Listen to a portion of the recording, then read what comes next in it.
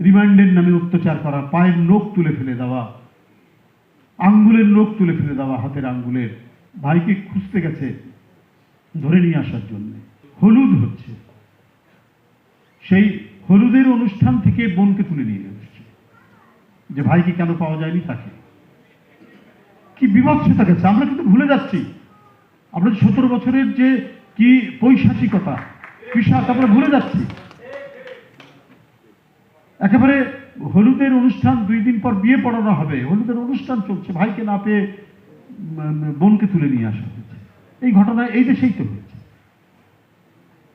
কিন্তু 24-এর 5ই আগস্টের অশেষ রহমত যেটা পরিবর্তন হবে। আপনি দেখেন, আমার তো মনে আছে যখন মানে সাংস্কৃতিক কর্মী বাহিনী, শিল্পীরা রাস্তায় নামলো সন্তানদের সাথে, আমাদের সন্তানদের সাথে, সন্তানের বাবা মারা নামলো। এবং আমি যেদিন গ্রেপ্তার হই 19 আগস্ট শুক্রবার বিএনপির একটি কর্মসূচি